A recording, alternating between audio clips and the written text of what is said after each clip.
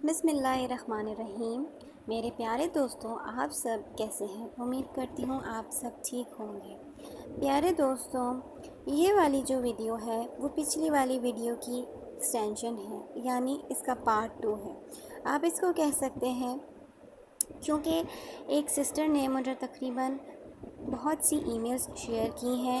ان تمام e mails کے تبادلے نے انہوں نے جتنے بھی مراحل کا ذکر کیا ہے اور کس کس طریقے سے انہوں نے اپنی زندگی میں سورہ بقرہ اور استغفار و تہجد کے ذریعے اپنی زندگی کے واقعات اور مشاہدات کو رونما کیا ہے، کن کن مرحلوں سے گزر کر انہوں نے اپنی کامیابی کے سفر کو پایا ہے، کتنا ٹائم لگا، کیا کیا پڑھا، کس وقت پڑھا، ساری ڈیٹیلز آپ کو میری آنے والی تمام ویڈیوز میں ملتی جائیں گی۔ تقریباً 5 سے زیادہ مزید ویڈیوز ہیں جو تمام ایک ہی سسٹر کی مکمل اسٹوریز کے بارے میں ہے۔ پہلی ویڈیو میں آپ سے شیئر کر چکی ہوں، جس نے نہیں دیکھی وہ اس سے پہلے ویڈیو جا کر دیکھ لیں، وہ پارٹ 1 ہے۔ یہ بھی میری اسی پیاری سسٹر کی دوسری ای میل ہے جو میں آپ سے شیئر کرنے جا رہی ہوں۔ بہت ہی زبردست ان کی زندگی کا سفر رہا ہے۔ اس فیز کی تمام ای میلز کو پڑھ کر ایک بات تو مجھے طے ہے کہ سمجھ آ گئی ہے اور طے شدہ ہے کہ بغیر آزمائش کے کوئی بھی چیز آپ کو آسانی سے درکار نہیں پہنچ سکتی۔ زندگی کے اندر گہری ہوئی آزمائشیں آتی ہیں اور اس کے بعد ہی آسانی کا وعدہ ہے، تو کسی نہ کسی طرح میں اور آپ ہم سب آزمائے جا رہے ہیں۔ جو جس کی سکت ہے اس کے مطابق آزمایا جائے گا۔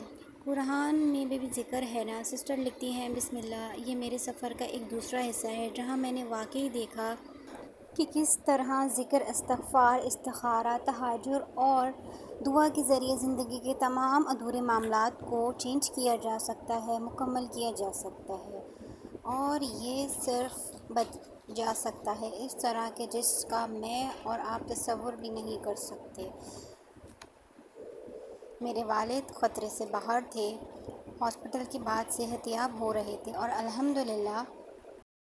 الحمدللہ بہتر ہونا مزید شروع ہو چکے تھے، اور کچھ یوں کہ میرے والدین کے حج سے واپس آنے کے بعد میری زندگی ایک انتہائی مشکل دور سے گزرنا شروع ہو گئی۔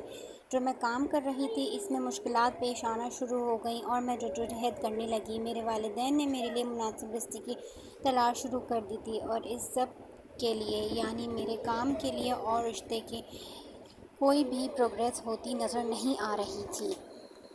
اور اس شخص کو میں نے پسند کیا تھا، اس نے مجھے نہیں چاہا، نہ مجھے چنا، اور جو رشتے آتے تھے میں ان کی طرف توجہ نہیں کر سکتی تھی، نہ مائل ہو پا رہی تھی، بلکہ بھی مجھے وہ رشتے پسند نہیں آتے تھے۔ اس پورے پروسیس میں ایک بات مجھے محسوس ہوئی کہ جیسے میں ریجیکشن اور الجھنوں کا شکار ہو گئی ہوں اور اس میں پھنس چکی ہوں۔ اسی دوران مجھے ایک اہم چیز کا احساس ہوا۔ میں نے نوٹ کیا کہ میری والدہ بہت پرجوش تھی، اصرار کرتی تھی کہ میں بغیر کچھ جانے، بغیر کچھ تجویز کیے جو بھی رشتے آئے اسے فوراً قبول کر لوں، لیکن میرے والد نے میری رائے کی قدر کی، پوچھا کہ میں کیا چاہتی ہوں اور میرے ساتھ کھڑے رہے۔ ایک رشتہ جو تقریباً فائنل ہونے والا تھا لیکن منسوخ ہو گیا کیونکہ رشتے والوں نے، یعنی لڑکے والوں نے رقم کا مطالبہ کیا، اور اس درمیان عجیب بات ہی ہوئی کہ اس رشتے پر میری والدہ راضی تھی، لیکن میرے والد نے یہ کہتے ہوئے انکار کر دیا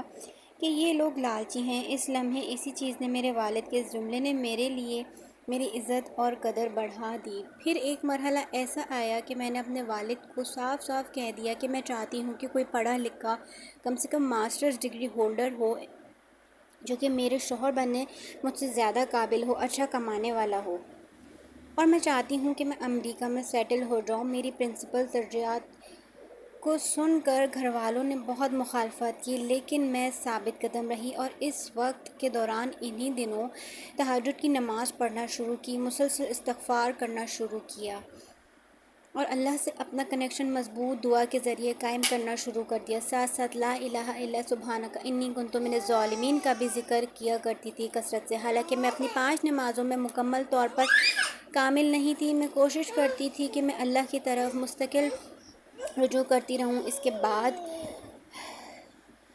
پہلے جو پروپوزلز میرے تمام معیار پر پورے اتر رہا تھا، لڑکا تعلیم یافتہ، ماسٹر ڈگری، اسٹیبل اور ذمہ دار تھا، لیکن جسمانی شکل و صورت خود میری توقعات کے مطابق نہیں تھا، یعنی جیسے میں ہنرمند چاہ رہی تھی اس طرح نہیں تھا۔ اور پھر ہوا کچھ یوں کہ میرا رشتہ طے ہو گیا، اور جیسا میں چاہتی تھی امریکہ میں ویسا ہی رشتہ ہوا۔ اور پھر کہتے ہیں نا کہ اللہ پاک کیسی سنتا ہے، کہ جب میں امریکہ آ کے سیٹل ہو گئی تو وہاں آ کے مجھے لگا کہ واقعی یہ سب چیزیں کیسی ناممکن لگتی تھی، لیکن اللہ پاک نے استغفار اور کثرت سے درود، اللہ نے میری دعا قبول کی اور میرے استغفار کی جو کثرت تھی وہ کی۔ تو دیکھیے دوستوں، کثرت سے استغفار پڑھنے کا کیا فائدہ ہوتا ہے۔ اگر آپ کو میری ویڈیوز پسند آئی تو پلیز میرے چینل کو سبسکرائب کیجیے۔